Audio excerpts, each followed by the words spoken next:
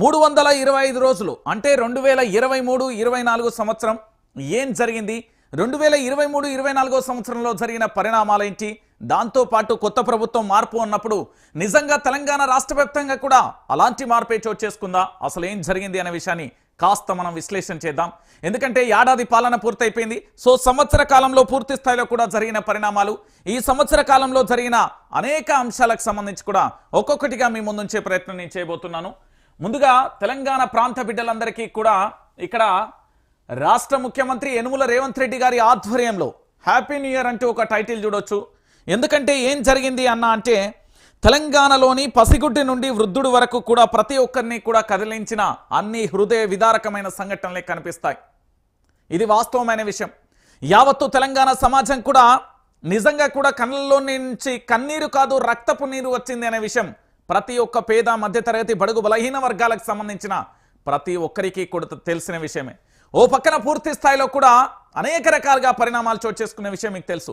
రాష్ట్ర ప్రభుత్వం కుట్రపూరితంగా తన యొక్క ఏ విధంగానైతే టాపిక్ డైవర్షన్కు కేర్ ఆఫ్ అడ్రస్గా మారిందో ఇక్కడ పేదల తలరాత కూడా అధ్వానంగా మారిపోయిన పరిస్థితి కనబడుతుంది. ఎటువైపు చూసినా ఎక్కడ చూసినా కూడా ఒకటే అంశం. ఆ అంశాలన్నింటినీ కూడా ఒకసారి చూద్దాం. అసలు నిజంగా 325 రోజులలో జరిగిన అనేక అంశాలకు సంబంధించి ఒకసారి చూద్దాం. సరే, కాంగ్రెస్ పార్టీ రాష్ట్ర ముఖ్యమంత్రి అంటే కాంగ్రెస్ పార్టీ ముఖ్యమంత్రి, కాంగ్రెస్ పార్టీ కల్తీ కాంగ్రెస్, నిజమైన కాంగ్రెస్, దాంతోపాటు ఇందిరమ్మ కాంగ్రెస్, వీళ్ళందరికీ కూడా ఆంగ్ల నూతన సంవత్సర శుభాకాంక్షలు. యావత్తు తెలంగాణ సమాజానికి కూడా నూతన సంవత్సర శుభాకాంక్షలు.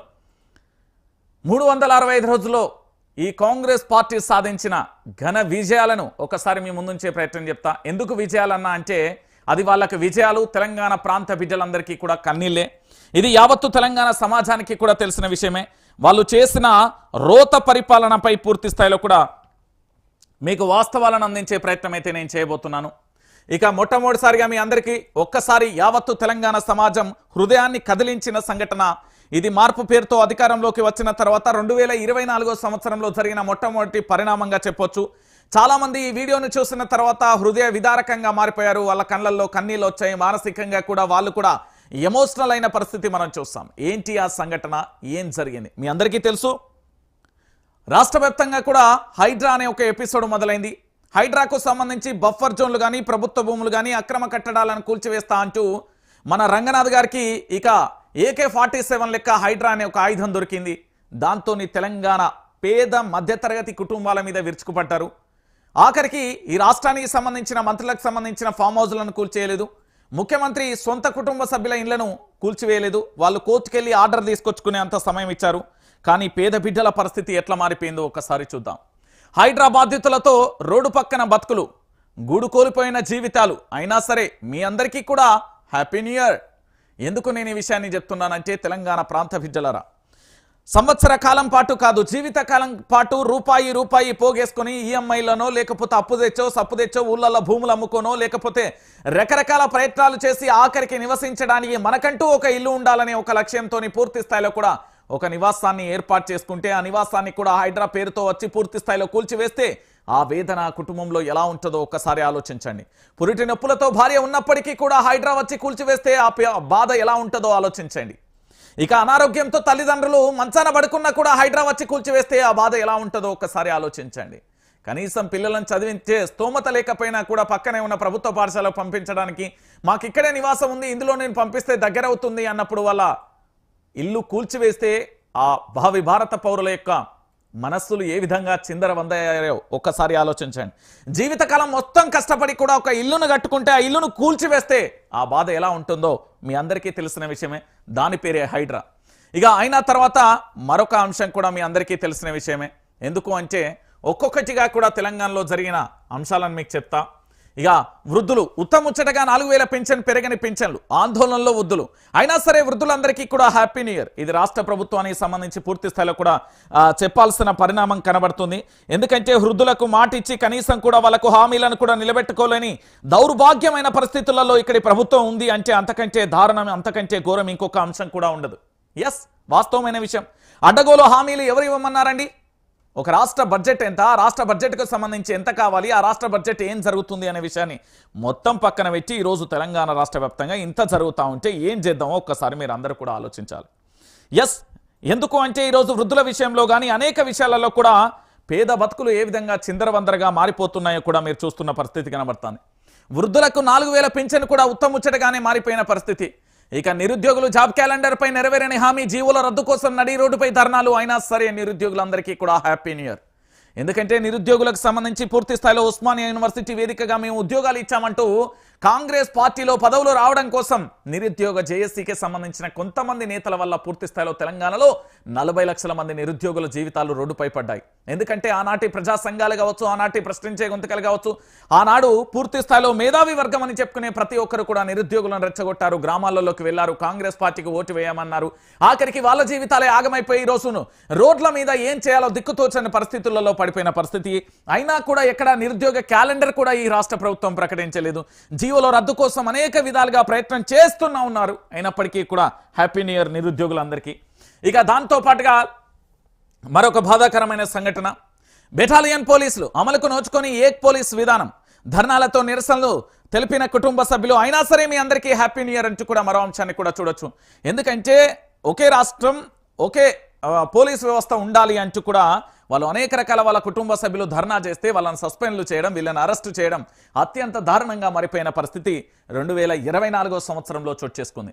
అయినా కూడా మీ అందరికీ కూడా హ్యాపీ న్యూ ఇయర్. దాంతోపాటు ఆశా వర్కర్లు 18,000కు పెరగని జీతం, ఎగ్జామ్ విధానం రద్దు చేయాలని ప్రభుత్వం, నెరవేరని మేనిఫెస్టో అంశే. అయినా సరే ఆశా వర్కర్లందరికీ కూడా హ్యాపీ న్యూ ఇయర్ అంటూ కూడా మరో అంశాన్ని కూడా మనం చూస్తున్నాం. ఎందుకంటే ఆశా వర్కర్లకు సంబంధించి పూర్తి స్థాయిలో ప్రభుత్వం అధికారంలోకి రాకముందుకు మీ అందరికీ కూడా 18,000 రూపాయల జీతం ఇస్తామంటూ మోసపూరితమైన వాగ్దానాలు చేస్తే వాటన్నింటినీ నమ్మి ఈరోజు పూర్తి స్థాయిలో కూడా కళ్ళల్లో నీళ్లను కడుపులో మింగుతున్న ఆశా వర్కర్ల జీవితాలపై అనేక బాధాకరమైన విషయాలు కూడా మనకు కనబడుతున్న పరిస్థితి. అయినా కూడా మీ అందరికీ హ్యాపీ న్యూ ఇయర్. దాంతోపాటు హైడ్రా ఇక్కడ మరోవైపు ఆటో డ్రైవర్లకు సంబంధించి ఆటో డ్రైవర్లు 90 మందికి పైగా కూడా ఆటో డ్రైవర్లు ఆత్మహత్య చేసుకున్నారు. 93 మంది ఆటో డ్రైవర్లు ఆత్మహత్య చేసుకున్నారు. దక్కని వాళ్లకు 12,000 ఆర్థిక సాయం. అయినా సరే డ్రైవర్ అన్నల అందరికీ కూడా హ్యాపీ న్యూ ఇయర్ అంటూ కూడా మరో అంశానికి సంబంధించి కూడా చూడొచ్చు. ఎందుకు ఈ అంశాలన్నీ కూడా చెప్తున్నామంటే 2024 సంవత్సరంలో కాంగ్రెస్ ప్రభుత్వం అధికారంలోకి వచ్చిన తర్వాత పూర్తి స్థాయిలో రోడ్డున పడ్డ బతుకులండి. ఎందుకు నేను ఈ విషయాన్ని చెప్తానంటే తెలంగాణ ప్రాంత బిడ్డలారా మీ అందరికీ కూడా తెలవాలి. మహిళలు మహాలక్ష్ముల ఖాతాకు చేరని 2,500, ఆడబిడ్డల చేతికి రాని తులం బంగారం, యువతలకు అందని స్కూటీలు. అయినా సరే మీ అందరికీ హ్యాపీ న్యూ ఇయర్ అంటూ కూడా మరో అంశాన్ని కూడా నేను తెర మీదకి తీసుకొచ్చాను. ఎందుకంటే తెలంగాణ రాష్ట్ర వ్యాప్తంగా ఉన్న మహిళా మనులందరికీ సంబంధించి కనీసం 2,500 రూపాయల ఖాతాలలో వేస్తామంటూ చెప్పిన ప్రభుత్వానికి సంబంధించి మోసపూరితమైన వాగ్దానాలు చేసి ఈరోజు తెలంగాణ రాష్ట్ర వ్యాప్తంగా అనేక మంది జీవితాలతో ఆడుకున్న కాంగ్రెస్ పార్టీకి సంబంధించి అయినా సరే పూర్తి స్థాయిలో హ్యాపీ న్యూ ఇయర్ అంటూ కూడా చూడొచ్చు. ఇక దీంతో పాటుగా విద్యార్థులు ఏడాది పాలనలో 1,122 మంది ఫుడ్ పాయిజన్ కేసులైనవి.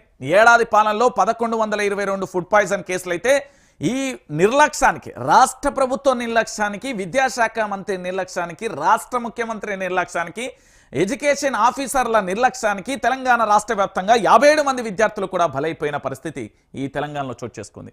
చదువు వదిలేసి ఇళ్లకు పోతున్నామైనా అయినా కూడా పూర్తి స్థాయిలో అయినా సరే విద్యార్థులందరికీ కూడా హ్యాపీ న్యూ ఇయర్ అంటూ కూడా ఏ విధంగా అసలు కొత్త సంవత్సరంలో అడుగుపెట్టామంటే 2024లో రాష్ట్ర వ్యాప్తంగా కూడా పూర్తి స్థాయిలో కూడా అనేక సంఘటనలు మీరు చూడండి. ఎటువైపు చూసినా, ఏ దిక్కుకు చూసినా కన్నీళ్ల సంద్రంగానే మారుతుంది తప్ప ప్రజలందరికీ కూడా అర్థం కావాల్సిన విషయం.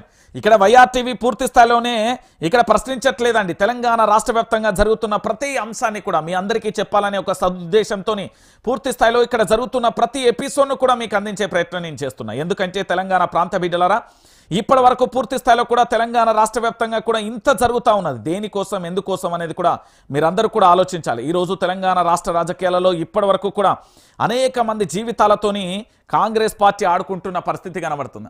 అయినా కూడా అందరికీ హ్యాపీ న్యూ ఇయర్ గానే మారిపోయిన పరిస్థితి కనబడుతుంది. 1,222 కేసులు, 53 మంది విద్యార్థుల బలి అయిపోయిన పరిస్థితి. వీళ్ళు ప్రత్యేక తెలంగాణ కోసం బలిదానం అయిందా, లేకపోతే దేనికోసం బలిదానం లేను? ఒక రాష్ట్ర ప్రభుత్వ నిర్లక్ష్యానికి, ఒక విద్యాశాఖ మంత్రి నిర్లక్ష్యానికి, ఒక రాష్ట్ర ముఖ్యమంత్రి నిర్లక్ష్యానికి, అధికారుల నిర్లక్ష్యానికి ఈరోజు 53 మంది విద్యార్థులు బలైపోయిన పరిస్థితి కనబడుతుంది. ఇక ఇంతకంటే దారుణమైన పరిస్థితి ఏముంటుందండి తెలంగాణ ప్రాంత బిడ్డలారా? ఆంగ్ల నూతన సంవత్సర వేడుకలలో పూర్తి స్థాయిలో అందరూ బిజీగా ఉండొచ్చు, కానీ చాలా బాధాకరమైన విషయం నిన్నటి రోజు నుంచి ఇప్పటి వరకు చెప్తున్నా, నా ఆత్మసాక్షిగా చెప్తున్నా, చాలా బాధాకరమైన విషయం. ఎందుకంటే కనీసం కొత్త సంవత్సరంలో అడుగు పెడుతున్నామనే జోష్లో అందరూ ఉండొచ్చు. కానీ నా మనసులో మెదులుతున్న ప్రశ్నలు ఒకటే. 2024 సంవత్సరంలో దాదాపుగా 93 మంది ఆటో డ్రైవర్లు రోడ్డున పడ్డారు. 93 మంది కుటుంబాలు, అంటే 93 మంది ఆటో డ్రైవర్లు మరణించిన పరిస్థితి. వాళ్ళ కుటుంబాలకు దిక్కెవరు? 53 మంది విద్యార్థులు చనిపోయిన పరిస్థితి. వాళ్ళ కుటుంబాలకు దిక్కెవరకు? దాంతోపాటు హైడ్రాకు సంబంధించి మరికొంతమంది ఆత్మహత్య చేసుకున్నారు. మూసీకి సంబంధించి ఇంకొంతమంది కూడా ఆత్మహత్య చేసుకున్న పరిస్థితి. ఇంకో మంది అటు చేనేత కార్మికులు ఆత్మహత్య చేసుకున్నారు, రైతులు ఆత్మహత్య చేసుకున్నారు. ఈ సంఘటనలన్నీ చూస్తూ ఉంటే కొత్త సంవత్సరానికి ఏ విధంగా స్వాగతం పలుకుతారు మీరు? ఎందుకంటే అన్న నువ్వు బీఆర్ఎస్ పార్టీయో లేకపోతే బీజేపీకో విపక్షాలకు దేనికో సపోర్ట్ చేస్తున్నావు కావచ్చు అనుకోవచ్చు. కానీ ఇవన్నీ కూడా మన ఇంటికి వచ్చి మన ఇంటి ఎనగర్ర గూలితే ఆ రోజు ఈ బాధ ఏందో అర్థమవుతుంది. ఎందుకంటే 9 నెలల పాటు మోసిన తల్లిలు 53 మంది తల్లులకు గర్భశోక మిగిలిచింది కాంగ్రెస్ పార్టీ. 93 మంది ఆటో డ్రైవర్లు చనిపోయిందంటే 93 మంది తల్లుల గర్భకోశ మిగిలిచింది కాంగ్రెస్ పార్టీ. ఒకసారి మీరందరూ ఇవన్నీ వాస్తవాలు 2024 సంవత్సరంలో జరిగిన ఈ వాస్తవాలు మీ అందరికీ కూడా తెలియాలి. ఎందుకంటే యావత్తు తెలంగాణ సమాజం కూడా ఒక్కసారి మేల్కోవాల్సిన అవసరం ఎంతైనా ఉంది. 2024 సంవత్సరాల్లో విద్యార్థులు కానీ, హైడ్రా బాధితులు కానీ, మూసీ బాధితులు కానీ, ఆటో డ్రైవర్లు కానీ, దాంతోపాటు అనేక రకాలుగా చేనేత అన్నలు కానీ వీళ్ళందరూ కూడా పూర్తి స్థాయిలో కూడా ఆత్మహత్యకు పాల్పడ్డారు కదా. దీని అన్నిటికీ ఎవరు బాధ్యత వహిస్తారండి? ఒక్కసారి మీరే ఆలోచించాలి. తెలంగాణ ప్రాంత బిడ్డలందరూ కూడా ఆలోచించాలి. ఇక ఇంకోవైపు నిన్న మరి ఈ అంశం పాపం